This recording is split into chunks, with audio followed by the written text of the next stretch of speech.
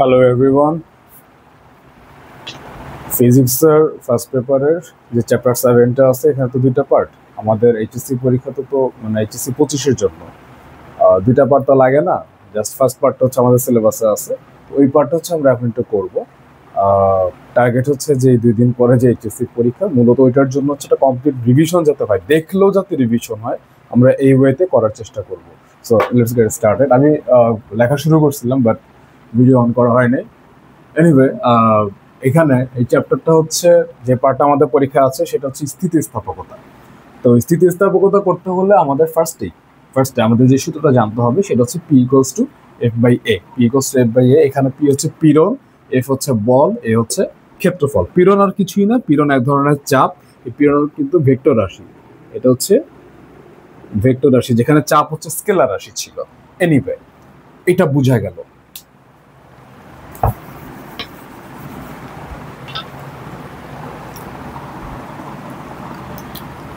আমরা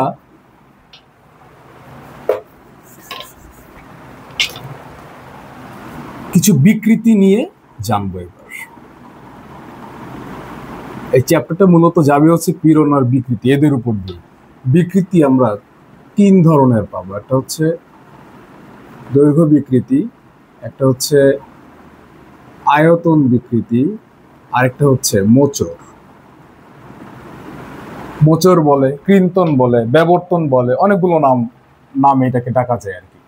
আচ্ছা ঠিক আছে, তো কোনটার কি বিকৃতি? একটা জিনিস সিম্পলি একটা জিনিস একটু দেখার চেষ্টা করি, যে কোনো কিছু হয়তো বা আদি অবস্থায় এরকম আছে, দেন এটাকে কিছুটা টানা-হেঁচড়া করা হয়েছে, টানা-হেঁচড়া করার পরে এটা এতটুকু হয়ে গেছে, অর্থাৎ কিছুটা দৈর্ঘ্য বাড়ছে। এই যে এই দৈর্ঘ্যটুকু বাড়ছে, এই যতটুকু বৃদ্ধি পাইছে বা যতটুকু পরিবর্তন হয়েছে এটাকে আমরা ছোট এল বললাম। দৈর্ঘ্যের পরিবর্তন হচ্ছে ছোট এল। আর আগে যতটুকু ছিল এটা হচ্ছে বড় এল, আদি দৈর্ঘ্য। বড় এলটা হচ্ছে আদি দৈর্ঘ্য, ছোট এল হচ্ছে দৈর্ঘ্যের পরিবর্তন। তাহলে দৈর্ঘ্য বিকৃতিটা হবে হলো ছোট এল বাই বড় এল। মানে এটা কেমন আসতেছে, যে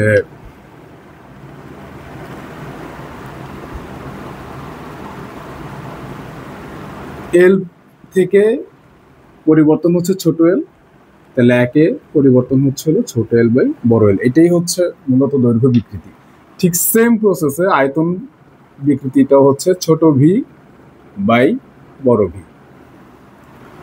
আচ্ছা, মোচরটা একটু চিন্তা করি। মোচরটা হচ্ছে কোনো কিছু একটা বস্তু আছে, এরকম একটা বস্তু আছে, দেন এই বস্তুটাকে আমরা এই তলে, উপরে এই তলে একটা ধাক্কা দিচ্ছি।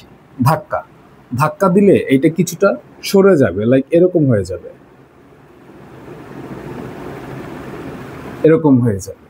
তো এটা এই পয়েন্ট থেকে এতটুকু যা সরছে, এখান থেকে ওইটাও ততটুকুই সরছে। এখন এখানে কিন্তু যে পুরো বস্তুটা কিন্তু মুভ করতেছে না, বরং এই একটা অক্ষ জাস্ট মুভ করতেছে, এই একটা অক্ষ হচ্ছে মুভ করতেছে। তো যদি আমি বলি এটা দৈর্ঘ্য হচ্ছে বড় ডি, আর যতটুকু সরছে এটা যদি এটাকে যদি আমি বলি ছোট ডি, তাহলে এইটার বিকৃতি হবে হচ্ছে ছোট ডি বাই বড় ডি। এর বিকৃতি হবে হচ্ছে ছোট ডি বাই বড় ডি। আচ্ছা, তো এনিওয়ে গেল এগুলো, হোপফুলি এটা বুঝা গেছে।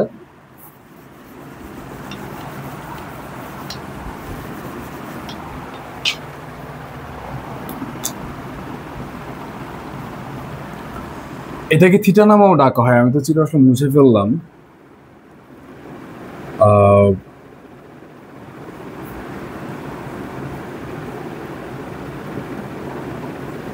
যদি এইটা হয়, এতটুকু নিয়ে যদি আমি চিন্তা করি, যদি মুছে দেই, এইটাকে যদি আমি বড় ডি বলি, এটা যদি ছোট ডি বলি, এইখানে একটা সমকোণ আছে, এটা নিয়ে কোনো রকম কোনো সন্দেহ নাই। এখন এই যে কোণটা, অর্থাৎ এটা কতটুকু সরছে, ছিল এরকম, কতটুকু এখানে সরছে, তাহলে এই যে কোণটা, এখানে যে কোণটা ক্রিয়েট হইলো সেটা হচ্ছে আমার থিটা। এইটাই সেই থিটা। আসলে এটাকে ট্যান থিটাও বলা হয়, বাট এখানে থিটার মানটা খুবই ছোট, যার কারণে ট্যান থিটা যা থিটাও তা। আসলে এনিওয়ে, এখন এই যে বিকৃতি পড়লাম, আমরা এখন জানবো হচ্ছে কিছু গুণাঙ্ক। গুণাঙ্কটা একটু এখানে আগে একটু বুঝে নেই। স্থিতিস্থাপক গুণাঙ্ক মূলত, এটার জন্য আমরা একটা জিনিসই মাথায় রাখবো, সেটা হচ্ছে পীড়ন প্রপোর্শনাল টু বিকৃতি। পীড়ন প্রপোর্শনাল টু বিকৃতি, তার মানে গুণাঙ্ক ইকুয়ালস টু তাহলে কি দাঁড়াচ্ছে? আমি যদি এখানে যদি এইটা উঠাই দেই, এখানে একটা সমাচিহ্ন বসবে, এখানে একটা ধ্রুবক পদ বসবে, হোয়াট এভার কিছু একটা ধ্রুবক পদ বসলো, তাহলে কে ইকুয়ালস টু কি আসবে? পীড়ন বাই বিকৃতি। আমরা এই ফর্মুলাটা মনে রাখবো।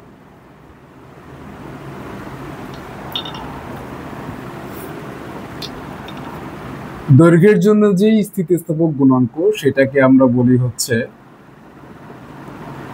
ইয়ং এর গুণাঙ্ক, যেটা আমরা সবচেয়ে বেশি এই চ্যাপ্টারে ইউজ করব। আর আয়তনের জন্য যে গুণাঙ্কটা, সেটাকে আমরা বলবো হচ্ছে বি, আয়তন গুণাঙ্ক। আর এটার জন্য যে গুণাঙ্ক, সেটাকে আমরা এন বা ইটা, বিভিন্ন কিছু এখানে বলা যায়। আচ্ছা, তো একটু আগে যেন কি বলছিলাম, গুণাঙ্ক মানে হচ্ছে পীড়ন বাই বিকৃতি। তাহলে আমি এখানে y ইকুয়ালস টু লিখতে পারি হচ্ছে পীড়ন, নিচে হচ্ছে বিকৃতি। এখন পীড়ন মানে কি ছিল? একেবারে শুরুতেই বলছিলাম পীড়ন মানে ছিল হইলো P equals to F by A. তাহলে যদি আমি এখানে লিখি এফ বাই এ, আর এটা যেহেতু দৈর্ঘ্য বিকৃতি, দৈর্ঘ্য বিকৃতি হচ্ছে ছোট এল বাই বড় এল, ছোট এল বাই বড় এল। ওভারঅল এটা কি দাঁড়াবে? এরকম দাঁড়াবে নিশ্চয়ই। এইটাই হচ্ছে আমি এখানে লিখলাম। আচ্ছা,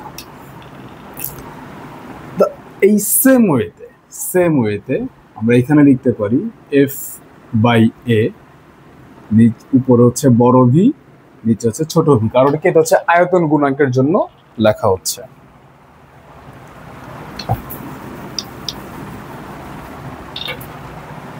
আচ্ছা, এখানে এফ বাই এ কে আমি লিখতে পারি হচ্ছে পি, নিচে ছোট ভি থাকলো। আচ্ছা ঠিক আছে, ওকে থাকলো। এটা হোপফুলি বুঝা গেছে। আমি এই জিনিসটাও মুছে দিচ্ছি এখান থেকে, এই জিনিসটা এখান থেকে মুছে দিচ্ছি।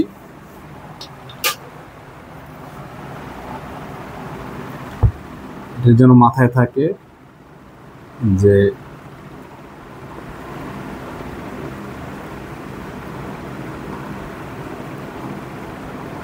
স্থিতিস্থাপক গুণাঙ্ক মানেই হচ্ছে পীড়ন ডিভাইডেড বাই বিকৃতি। আচ্ছা, এখান থেকে আরেকটা জিনিস লেখা যায়, সেটা হচ্ছে K equals to 1 by B, which means উপরে ছোট ভি, নিচে হচ্ছে পিভি। এই কেটাকে বলা হচ্ছে সংনম্যতা।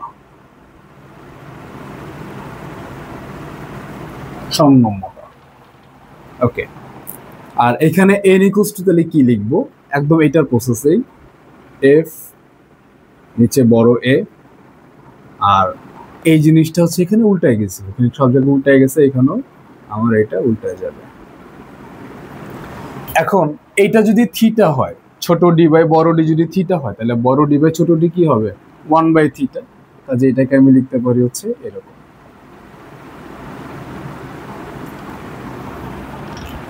এফ বাই এ থিটা বা F by A tan theta, দুইটা সেম জিনিসই আসলে। হোপফুলি এটা বোঝা গেছে। আমরা অনেক বড় একটা পার্ট আসলে এখানেই কমপ্লিট করে ফেলছি। ছোট্ট একটা কথা এখানে বলতে হবে, এই যে সূত্রটা লিখলাম, এটা সবচেয়ে বেশি লাগবে, ইয়ং এর গুণাঙ্কটা সবচেয়ে বেশি লাগবে। বাকি দুইটা একেবারে লাগে না বললেই চলো। টেস্ট পেপারে দুইটা থেকে, এইটা থেকে ম্যাথ আছে কিনা মনেও পড়তেছে না, এটা থেকে বোধহয় একটা ম্যাথ আছে, মানে খুবই কম আসলে।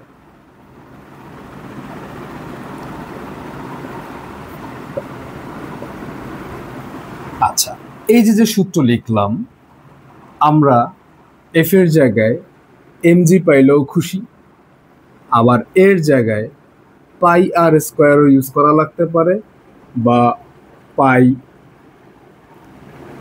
d/2 হোল স্কোয়ারও ইউজ করা লাগতে পারে। d/2 হোল স্কোয়ার মানে এটা মানে কি আসলে 1/4 পাই ডি স্কোয়ার।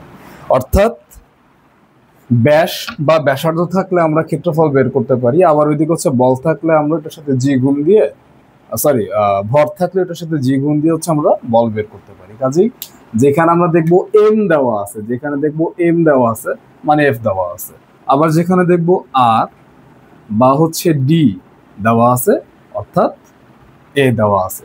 মাথায় রাখতে হবে ছোট এল কিন্তু দৈর্ঘ্য বৃদ্ধি, আর বড় এল হচ্ছে আগে যে দৈর্ঘ্য ছিল সেটা। আর এখানে একটা কথাটা বলে রাখি, এই বিকৃতিগুলোর কোনো একক নাই। আর এই যে যত এই কয়টা ইয়া লিখলাম কি বলে গুণাঙ্ক যে লিখলাম, সবগুলোর একক হচ্ছে চাপের যে এককটা ছিল ওটাই, অর্থাৎ পীড়নের যে এককটা কি হবে নিউটন পার মিটার স্কোয়ার। এটা হচ্ছে সবগুলো গুণাঙ্কেরই সেম একক, সবগুলো গুণাঙ্কের সেম একক। কোথেকে আসছে যে এফ বাই এখান থেকে একক আসছে, কারণ এই যে এই পার্টটা বিকৃতির তো কোনো একক নাই, যা একক আছে ওরই, তাহলে ওর একক কি,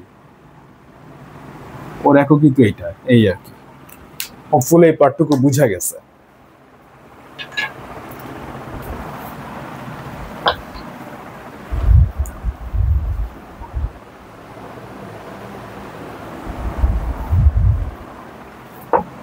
এটা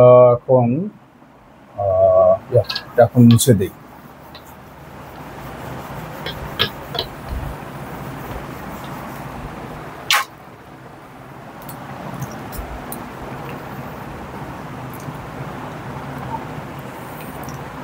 একটা স্প্রিং, এইটা একটা স্প্রিং,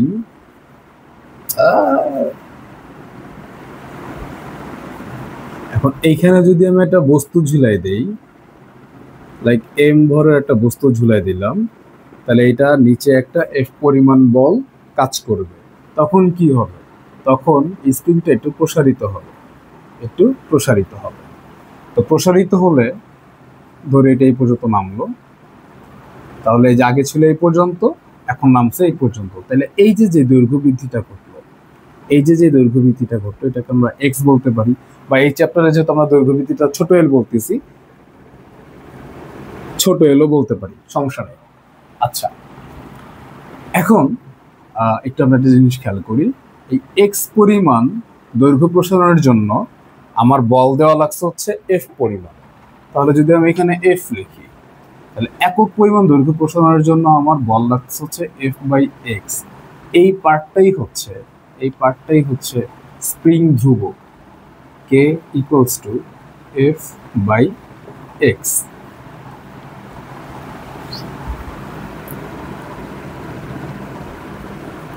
স্প্রিং ধ্রুবকও বলে বা স্প্রিং বল ধ্রুবকও বলে, বল ধ্রুবকও বলে। এখন এখান থেকে যদি আমি আর গুণন করি, তাহলে আসবে হচ্ছে F equals to K X. K যেহেতু এখানে ধ্রুবক, তাহলে আমি এই জিনিসটা লিখতে পারি, এটা হচ্ছে আমার এখানে হুকের সূত্র,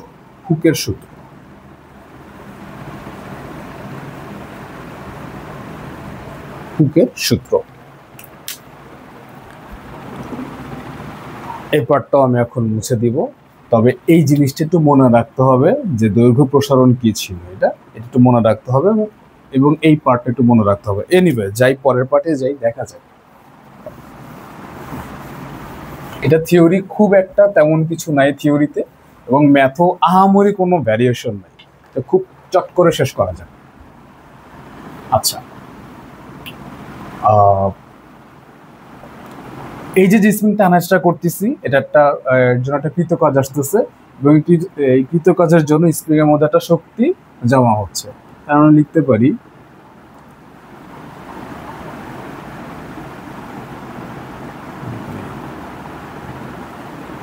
স্প্রিং এর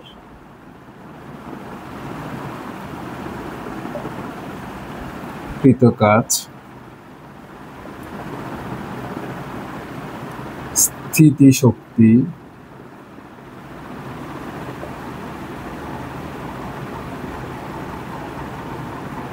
বিভব শক্তি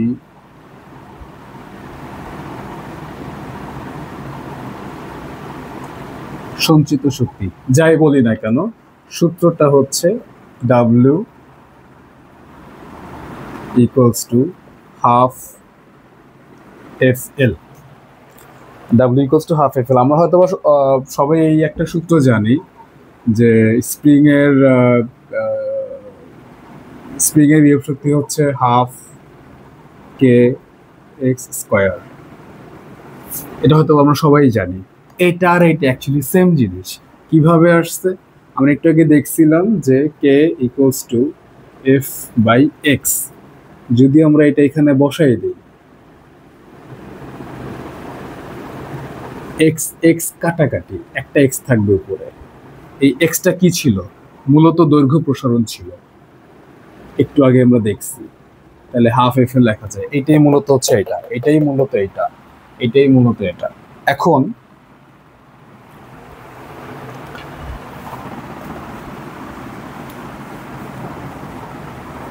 মূলত ইন্টিগ্রেটেড একটা ফরম্যাট, আমরা ওই ভেজালে যাব না এখন। আমরা একটু আগে গুণাঙ্কের সূত্র শিখছি, এফ এল বাই এ এল।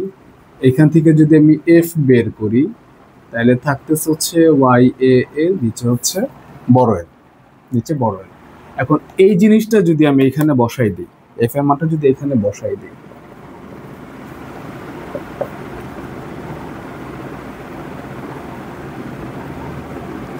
এরকম থাকতেছে। ফাইনালি ডাব্লিউর আমরা আরেকটা সূত্র পাচ্ছি, হাফ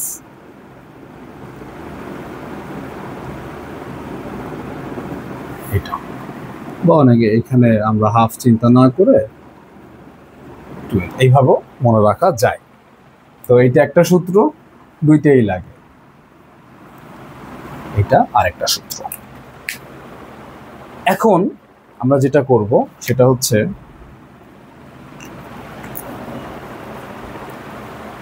এটা ছিল স্প্রিং এর কৃতকাজ, স্থিতিশক্তি, বিভব শক্তি, সঞ্চিত শক্তি। এখন হলো এই সেম জিনিসই করব কিন্তু একক আয়তনে, অর্থাৎ এটা হচ্ছে পুরো আয়তনে। এখন আমরা একক আয়তনে বের করবো, মানে এটাকে হচ্ছে আয়তন দিয়ে ভাগ দিব। তো এটাকে যদি আয়তন দিয়ে ভাগ দিতে চাই,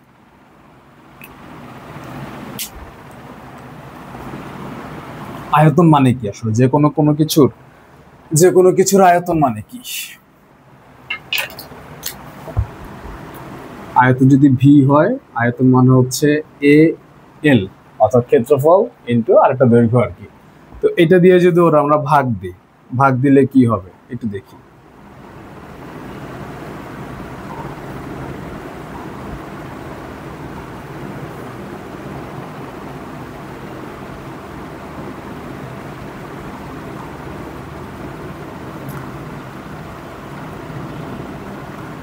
ভাগ তো ভি, তো ভি না লিখে আমরা লিখতেছি হচ্ছে এ এল।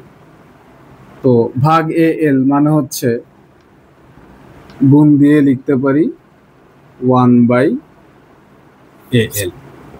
আচ্ছা, তো এ কাটাকাটি,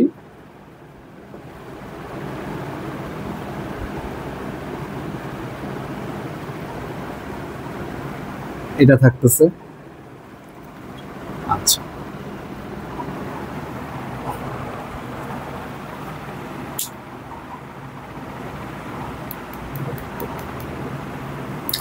এখন ওয়াই মানে কি যেন কি ছিল?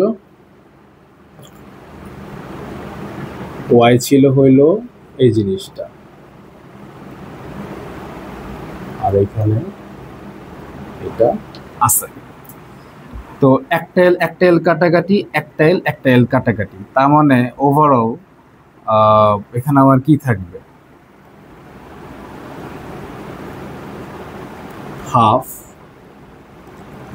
এফ বাই এ ছোট এল বাই বড় এল। আমি একটু কাজ করতেছি এই, আচ্ছা সমস্যা নেই, জায়গা হবে, রেকর্ড হচ্ছে।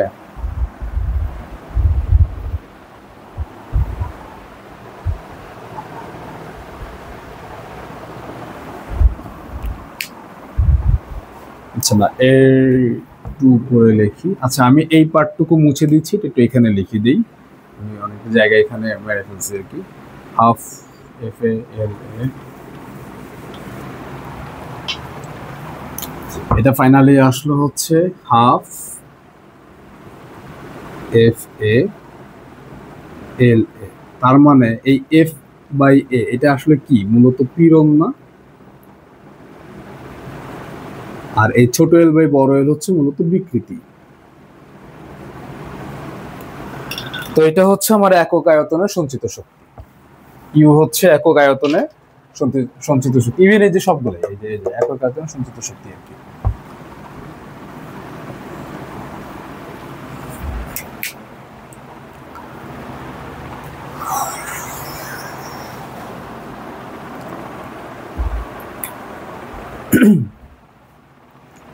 আমরা অলমোস্ট শেষের দিকে চলে আসছি।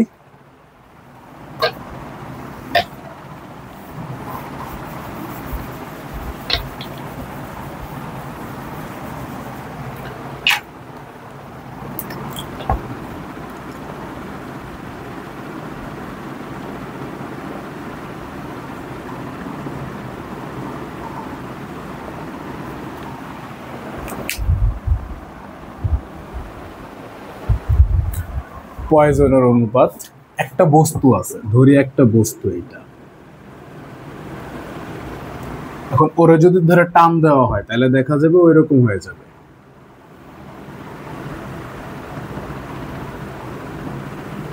এরকম হয়ে যাবে। তার মানে ওর দৈর্ঘ্য একটা চেঞ্জ আসছে, ওর ব্যাসও একটা চেঞ্জ আসছে। ওর আগে ব্যাসটা ছিল এতটুকু, এটা হচ্ছে ওর আগের ব্যাস।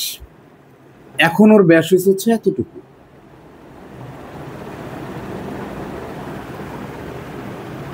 হয়েছে, তার মানে কিছুটা পরিবর্তন হয়েছে। এটা যদি ওর এখনকার ব্যাস হয়, তার মানে কিছু তো পরিবর্তন হয়েছে। কতটুকু পরিবর্তন?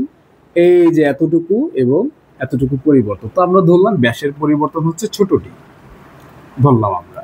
আবার দৈর্ঘ্যের কতটুকু পরিবর্তন হয়েছে? আগে দৈর্ঘ্য ছিল এতটুকু, এখন এখানে একটু দৈর্ঘ্য বাড়ছে, এখানে একটু দৈর্ঘ্য বাড়ছে। টোটাল মিলে দেখা যাবে যে একটা দৈর্ঘ্যের পরিবর্তন পাবো, সেটাকে আমি বললাম হচ্ছে ছোট এল। আচ্ছা, তাহলে এখানে দুই ধরনের পরিবর্তন পাওয়া যাচ্ছে। একটা হচ্ছে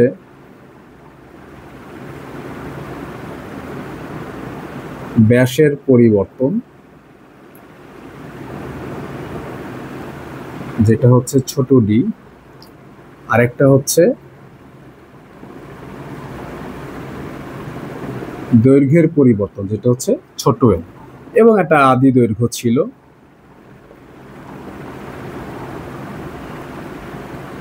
বড় এল, এবং একটা আদি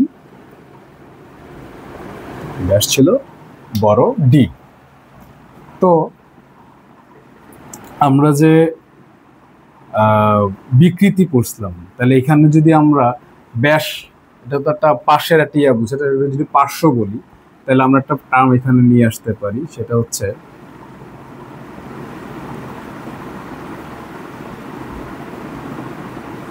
পার্শ্ব বিকৃতি। তাহলে পার্শ্ব বিকৃতিটা তাহলে কি হবে? যে কোনো বিকৃতি মানে হচ্ছে উপরে পরিবর্তন, নিচে হচ্ছে আদি। তাহলে পার্শ্ব বিকৃতি হবে ছোট ডি বাই বড় ডি। আরেকটা বিকৃতি এখানে আমরা পাচ্ছি, সেটা হচ্ছে দৈর্ঘ্য বিকৃতি। এটা কি হবে? ছোট এল বাই বড় এল। এই যে পয়জনের অনুপাত, এটা হচ্ছে মূলত, এটা আমরা সিগমা দ্বারা প্রকাশ করি, সিগমা দ্বারা প্রকাশ করি, সিগমা দ্বারা প্রকাশ করি। এটা হচ্ছে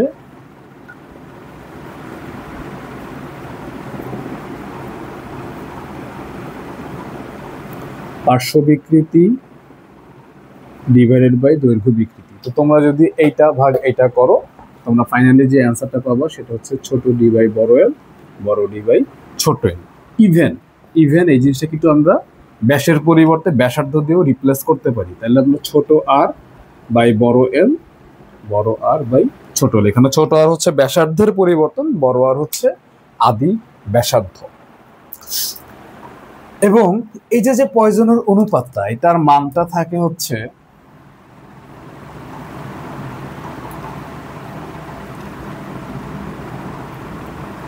0.5 এর মধ্যে, -1 থেকে 0.5 এর মধ্যে।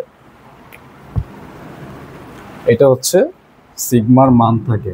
যদি আমরা ম্যাথ করতে গেলে অনেক জায়গায় দেখবো যে সিগমার মানের বাইরে চলে গেছে বা কোশ্চেনের বাইরে দেওয়া আছে, সেটা কিছু করার নাই, বাট অ্যাকচুয়ালি হচ্ছে মানটা থাকে হচ্ছে এইরকম। এখন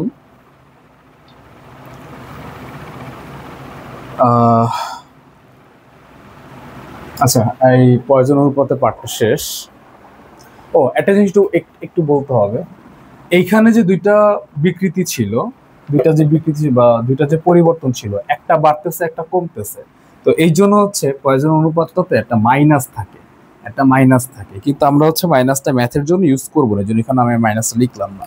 ম্যাথ যখন করব তখন মাইনাস ছাড়া ম্যাথ করবো, বাট মূলত একটা মাইনাস ও ক্যারি করে।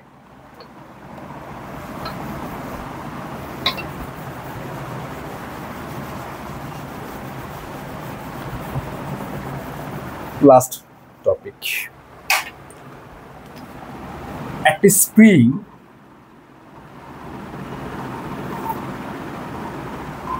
এই স্প্রিংটাতে, এটা যদি একটা হালকা পাতলা স্প্রিং হয়, এটাতে আমি বড় জোর একটা কাগজের টুকরা বা ছোটখাটো কোনো জিনিস, কাগজের টুকরা না, এটা বেশি হালকা, ছোটখাটো কোনো জিনিস ঝুলাই দিতে পারবো, লাইক একটা আপেল ঝুলাই দিতে পারবো।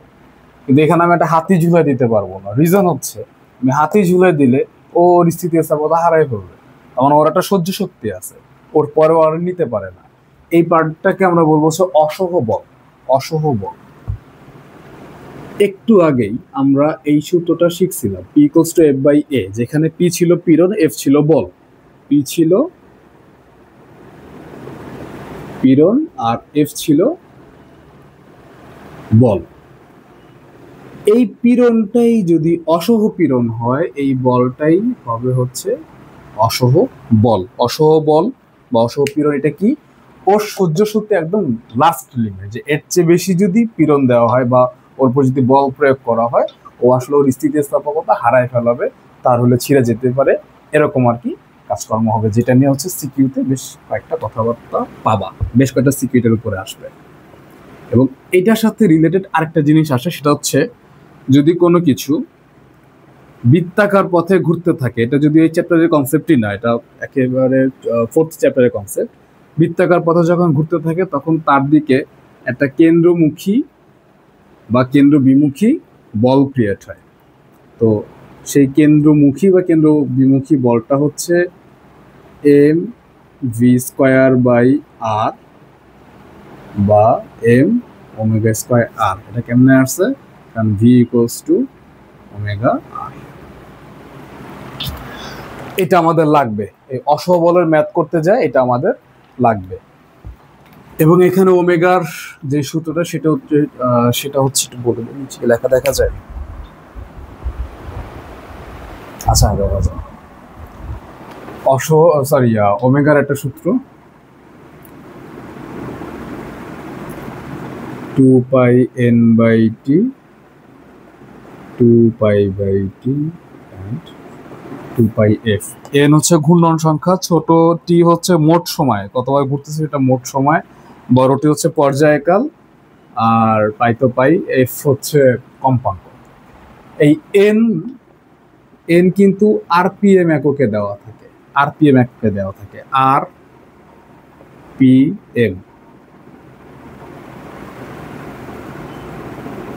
Rotation per minute. যখন আমরা ম্যাথে অ্যাপ্লাই করব, আমার কিন্তু রোটেশন পার মিনিট না, বরং আমার রোটেশন পার সেকেন্ড লাগবে।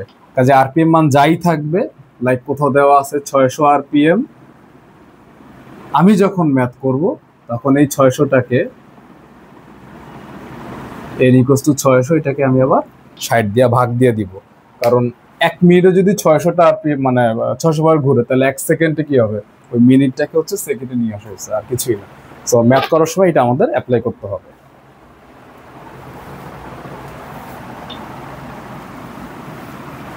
আচ্ছা, এই চ্যাপ্টারে এর চেয়ে বেশি হচ্ছে কোনো থিওরি আমাদের লাগবে না। এই কয়টা থিওরি টপিক দিয়ে হচ্ছে আমরা এই চ্যাপ্টারে ম্যাথগুলো করতে পারবো। পরবর্তী ভিডিওতে এটা ম্যাথ আমরা কিছু সলভ করবো, বেশ কিছু ম্যাথ সলভ করবো, যেগুলো করলে আসলে আমাদের পরীক্ষার জন্য কভার হয়ে যাবে, এর চেয়ে বেশি কিছু করার প্রয়োজন হবে না।